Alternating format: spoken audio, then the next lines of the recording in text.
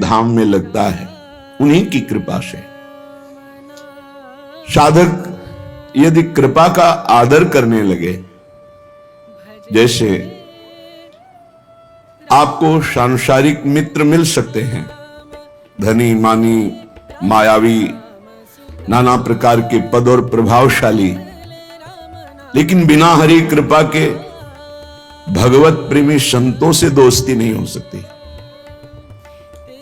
मित्रता, मैत्री, अपनापन, ये दोनों भगवत कृपा से बुद्धि जिसकी पवित्र होती है तब निर्णय कर पाती है और कदम बढ़ा देती है भगवत प्रेमी महात्मा की तरफ। बस जीत गया। पाला है बीच में, माया अपने पाले में भय प्रलोभन नाना प्रकार के आकर्षण से रखना चाहेगी। आपको उसे क्रॉस करना होगा। आपको बस आप पार कर लीजिए। हाथ पकड़ करके चढ़ाई तो वो चढ़ा लेंगे अध्यात्म की, पर आपको सबसे हाथ अपना हटा करके छुड़ा करके आगे चलना होगा। उनकी पुकार सुननी होगी।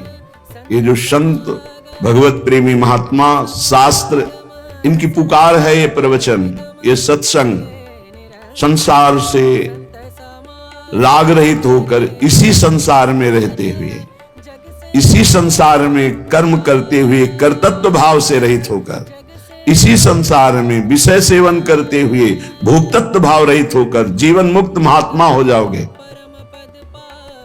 गूढ़ बात है, इसी संसार में राग रहित होकर, कर्तृत्व भोक्तृत्व भाव रहित होकर, जीवन मुक्त होकर महाआनंद को प्राप्त हो। जन का है, बुद्धि का है, विद्या का है, शरीर का है, जो सब नाशवान, एक क्षण में सब धूल दूषित हो जाने वाला, इसका कोई महत्व नहीं है।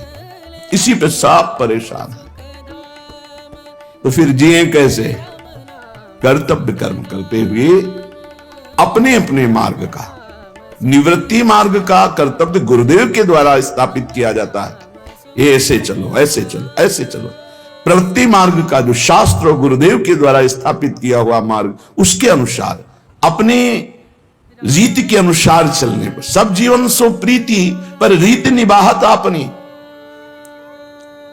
हम प्रवृत्ति मार्ग में हैं कि निवृत्ति मार्ग में हैं? हमारा उद्देश्य क्या है? हमारा लक्ष्य क्या है? हमारा निर्वाह किससे होता है? विरक्त का निर्वाह सिर्फ इष्ट से, सिर्फ इष्ट से, दूसरे से नहीं। किसी भी तरह की किसी भी क्रिया से हमारा निर्वाह नहीं, इष्ट से, सीधे इष्ट से। हमारा योग क्षेम की आवश्यकता है, इसी से प्रीति का प्रादुर्भाव हो जाएगा। हित सजनी जी कह रहे, प्यारी जी आप किनसे मान कर रहे हो? वचन आधीन सदा है, रूप समुद्र अगाध, प्राण रवन सो कतकृत बिनु आगस अपराध। तो तत्काल उसी क्षण चितये कृपा करी भामिनी, लीने कंठ लगाए, सुख सागर पूरित भय, देखत ही हो सिराए। उसी समय जब हमारा सर्वस्व केवल प्यारी जू, तो चितये कृपा करी भामिनी हो गया। जिनकी एक कृपा कटाक्ष मात्र से मोक्ष आदि सुखों का त्याग कराने वाला अद्भुत प्रेमानंद प्रकाशित होता है हृदय में, उनको कोई साधना से नहीं रिझा सकता। वचन आधीन, अब जो ही कहे करे हम सोई, ऐस लिए चले निज दासी। अब जैसी आज्ञा वैसा जीवन, हो गया सब कुछ। गुरु अधीनता माया की अधीनता से मुक्त कर देती है। जीवन बहुत थोड़ा है, बड़े संकटों से भरा हुआ है। कब कौन सी स्थिति आ जाए कि हम भजन करने लायक न रह जाएं। अभी भजन करने लायक है तो प्रपंच सुहाता है, जब संकट उपस्थित होंगे तो दुख में बुद्धि विकल हो जाती, फिर भजन नहीं होता। यदि भजन का अभ्यास कर लिया तो दुखों से ऊपर उठ जाओगे। ये मानव जीवन अमूल्य निधि है। ये क्या सुख प्रदान कर देगा? बैंक में रखे हमारे हृदय में क्या ये सुख प्रदान करेगा? कैसी मूढ़ता, अभी प्राण निकल जाए सब गया। और राधा राधा परम धन आपके साथ जाएगा। बस चिंतन करता हुआ ये सुख भोग लिया, ये सुख भोगूंगा, ये एकत्रित कर लिया, ये खरीद लूंगा, ये कर लूंगा, वो कर लूंगा, इतने में मौत, मृत्यु दबोच लेती है, सारी कामनाओं को ध्वंस करके जीवन लीला ही समाप्त कर देती है। जब तक मृत्यु तुम्हें दबोच न ले तब तक कुछ कर सकते हो। भजन कर लो, नाम जप करते हुए अपने कर्तव्य कर्म का पालन करो।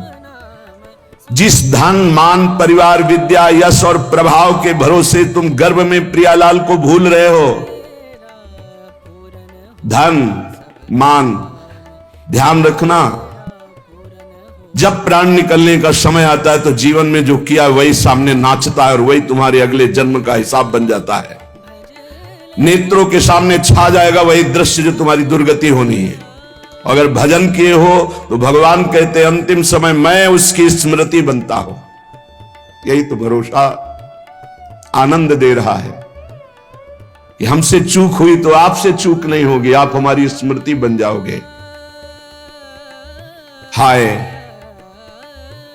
इतना सुंदर अवसर और इतनी मलिन आश्रय वृत्ति, धन विद्या रूप महत्व कुल परिवार व्यवहार, ये तुम्हारे किसी काम में नहीं आएंगे। अभी बात मान लो, किसी काम में नहीं आएंगे।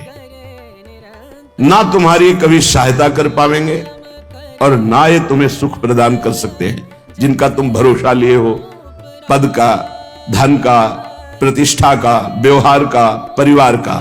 पक्का ये उस समय समझोगे जिस समय तुम समझ पाकर कुछ कर नहीं सकते। मन पछतई है अवसर बीते, दुर्लभ दे। वैसे सत्य वस्तु वो क्या है और असत्य क्या है तो गांव गली में भी लोग जानते हैं। जब किसी का शरीर छूटता है ना, माथे पे या कांधे पे 100 रखे होते हैं। गांव से दूर यात्रा में 2 आदमी माथे पे रखते हैं, एक आगे एक पीछे। नजदीक यात्रा में 4 आदमी कांधे पे ले लेते हैं और उस समय गान करते हैं राम नाम सत्य है। पता है उनको सत्य क्या है, पर गीत केवल गाते हैं, चित्त में नहीं एक बार भी उनके कि हम क्या बोल रहे हैं। अंतिम जीवन लीला का अंतिम फल राम नाम सत्य है। तो जीवन भर लग जाओ हर कार्य करते हुए जबान से भगवान का नाम रटना, क्योंकि आज से तुम्हें पता चला कि जिस शरीर को ये बहुत अपना मान रहा था आज उसे फूंका जाएगा, वो नष्ट हो जाएगा। सत्य है तो भगवान का नाम, लेकिन वो केवल गाने में आता है। वो गीत केवल अंतिम समय, शरीर छूटने के समय कि चलो सत्य वस्तु का ज्ञान करा दे कि राम नाम सत्य है, भगवान नाम सत्य है। दुर्लभ देह पाए हरिपद भज, करम बचन और जीते, मन पछतई है अवसर बीते। अब पछताए का बने जब चिड़िया चुन गई खेत। काल रूपी चिड़िया जीवन रूपी खेत के श्वास रूपी दाने चुन गई, अब क्या बचा। इसलिए सावधान हो जाओ, अपने मनुष्य शरीर को संभालो। तुम्हारा मनुष्यपना इसी बात में है कि इसी जन्म में तुम ब्रह्मबोध या भगवत प्राप्ति कर लो। अनंत जन्मों के भटकन को मिटा दो, नहीं भटकते ही रहोगे, कोई रास्ता नहीं है आगे। अभी समझ में नहीं आ रहा, प्रमादवश अभी लग रहा है मैं मनुष्य हूं, जवान हूं, खूब धन है, मैं भोग लूं।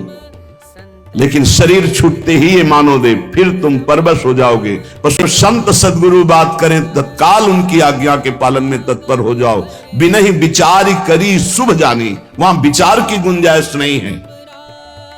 याद रखो, मनमानी आचरण करोगे तो जीवन असफल हो जाएगा और संत आज्ञा में रहोगे तो जीवन सफल हो जाएगा। तुम्हारे ऊपर भगवान की अहेतुकी कृपा की वर्षा हुई। मनुष्य शरीर, संत समागम, भजन पद्धति का तुम्हें ज्ञान हो रहा है।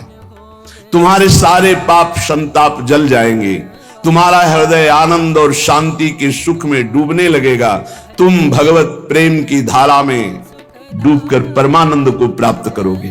परंतु याद रहे,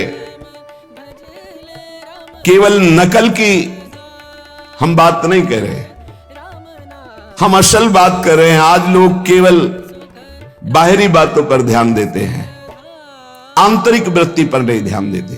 आप जितना फैलाओगे आपका चिंतन फैलता समझ जाएगा। समिटे सो आशिक, फैले सो जमाना। बात मान लो, समिट जाओ। जितना समिट जाओगे उतना जीवन मुक्त होते चले जाओगे, जितना फैलते चले जाओगे उतना फंसते चले जाओगे। तुम्हें नहीं दिखाई दे रहा, तुम्हें लाभ दिखाई दे रहा है, हमें हानि दिखाई दे रही। अपने माने हुए लाभ का त्याग करके संत और गुरुजनों की मानी हुई वृत्ति पर हमें अपनी वृत्ति बैठानी है।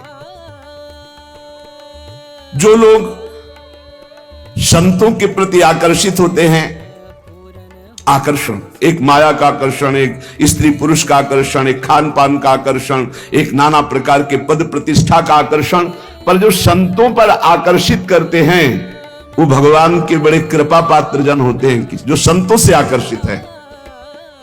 जैसे संसार में किए हुए आकर्षण आसक्ति दुर्गति का कारण है, पर वही आकर्षण आसक्ति यदि संत महापुरुषों से हो जाए तो मोक्ष का खुला हुआ द्वार भगवान कपिल देव जी कहते हैं।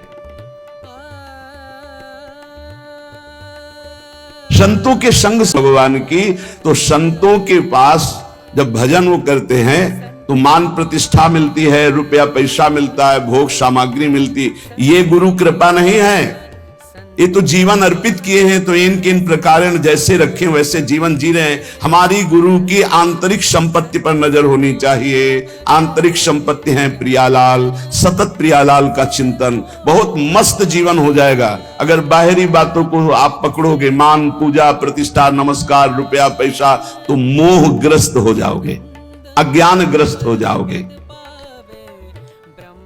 क्या बिना भजन किए विभूतियां प्रकाशित हो जाएंगी क्या तुम्हारे अंदर, वैभव भगवान का? अरे जो संतों के बाहरी वैभव का भोग करने की चेष्टा करते हैं वो स्वयं डूबते हैं और अपने संग में दूसरों को भी डुबो देते हैं। आप गए और घालें जे को सत मार्ग प्रतिपालें। बड़ा सूक्ष्म विषय चल रहा है।